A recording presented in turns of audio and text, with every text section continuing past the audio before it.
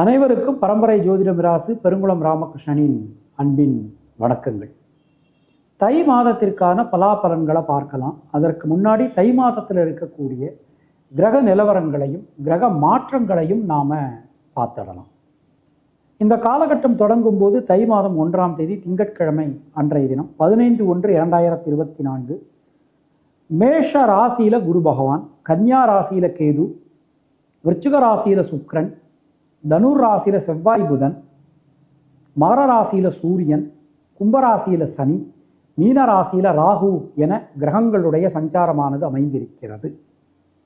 இந்த மாதம் 5ஆம் தேதி 19/1/2024 அன்றைய தினம் பின்னிரவு 1:42 சுக்கிர பகவான் தனுர் ராசிக்கு பெயர்ச்சியாகிறார். 14ஆம் தேதி அதிகாலை 6:07 மகர ராசிக்கு புத பகவானுடைய பெயர்ச்சியானது நடக்கிறது.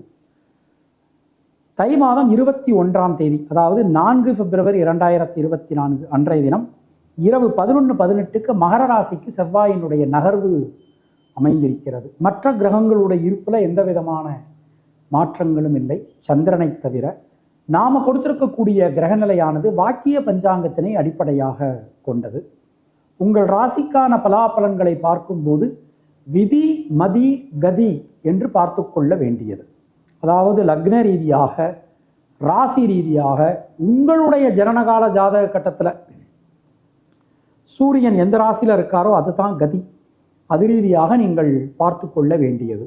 மேலும் உங்களுடைய ஜாதகத்தில் என்னென்ன தசாபுத்தி நடக்கிறது, தசாநாதனுடைய சாரம் என்ன, அவருடைய பார்வை என்ன, ஆதிபத்தியம் என்ன, அதற்கு தகுந்த மாதிரி பலன்களையும் பரிகாரங்களையும் பார்த்து கொள்ள வேண்டியது, செய்து கொள்ள வேண்டியது. இனி உங்கள் ராசிக்கான இந்த மாதத்திற்கான பொதுவான பலாபலன்களை பார்க்கலாம். தனுர் ராசி அன்பர்களுக்கு தொட்டதெல்லாம் துலங்கும். மனசுக்குள்ள இருக்கக்கூடிய குழப்பங்கள், சிக்கல்கள் அனைத்தும் நீங்க பெறுவீர்கள். மிகப்பெரிய முன்னேற்றங்கள், மிகப்பெரிய மாற்றங்கள் உங்களுக்கு இந்த மாதத்தில் நிகழும். புதிய முயற்சிகள் கை கொடுக்கும். பல காரியங்களிலும் இருந்து வந்த தடங்கல்கள் நீங்க பெறுவீர்கள்.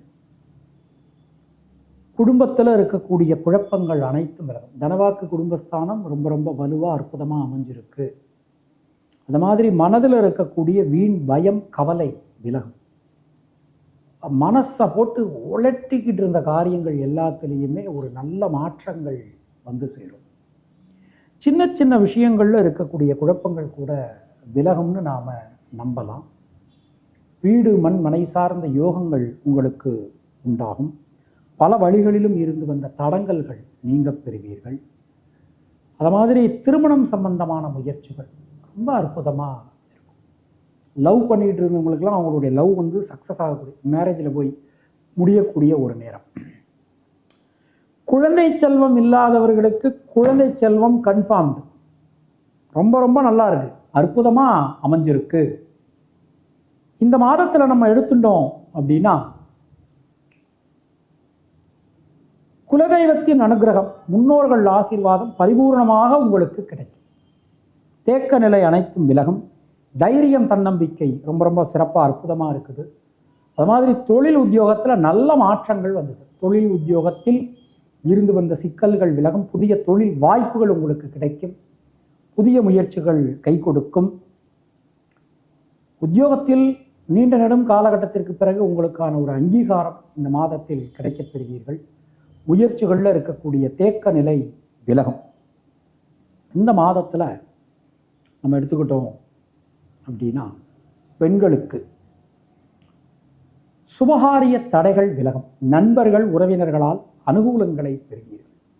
மாணக்கர்களுக்கு கல்வி சம்பந்தமான விஷயங்களில் ஒரு புதிய உச்ச நிலையை உங்களால் அடைய முடியும். தேக்க நிலை அனைத்தும் விலகும். மூலம் நட்சத்திரத்தில் பிறந்தவர்களுக்கு சுபகாரியங்கள் நல்லபடியாக நடக்கும். சுப செலவுகள் ஏற்படும். பூராடம் நட்சத்திரத்தில் பிறந்தவர்களுக்கு தைரியம், தன்னம்பிக்கை உண்டாகும். உத்திராடம் நட்சத்திரத்தில் பிறந்தவர்களுக்கு தொழில் சார்ந்து, உத்தியோகம் சார்ந்து இருந்து வந்த குழப்பங்கள் விலகப் பெறுவீர்கள். தினசரி முன்னோர்கள் வழிபாடு செய்து வருவது உங்களுக்கு சிறந்த பரிகாரம். உங்களுடைய அதிர்ஷ்டமான எண்கள் 3, 5, 6. அதிர்ஷ்டமான நிறம் சிவப்பு மற்றும் மஞ்சள். சந்திராஷ்டம தினங்கள் ஜனவரி 25, 26, 27. அதிர்ஷ்டமான தினங்கள் பிப்ரவரி 4 மற்றும் 5.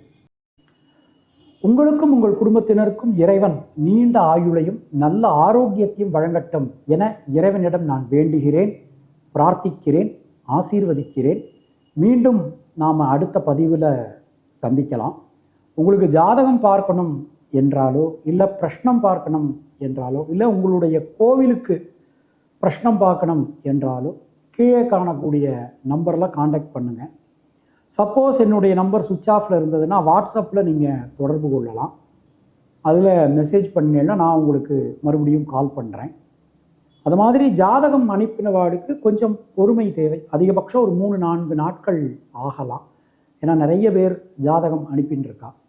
அடுத்தது பொருத்தம் சம்பந்தமான விஷயத்தை பொறுத்தவரை ஒரு நாள் டைம்.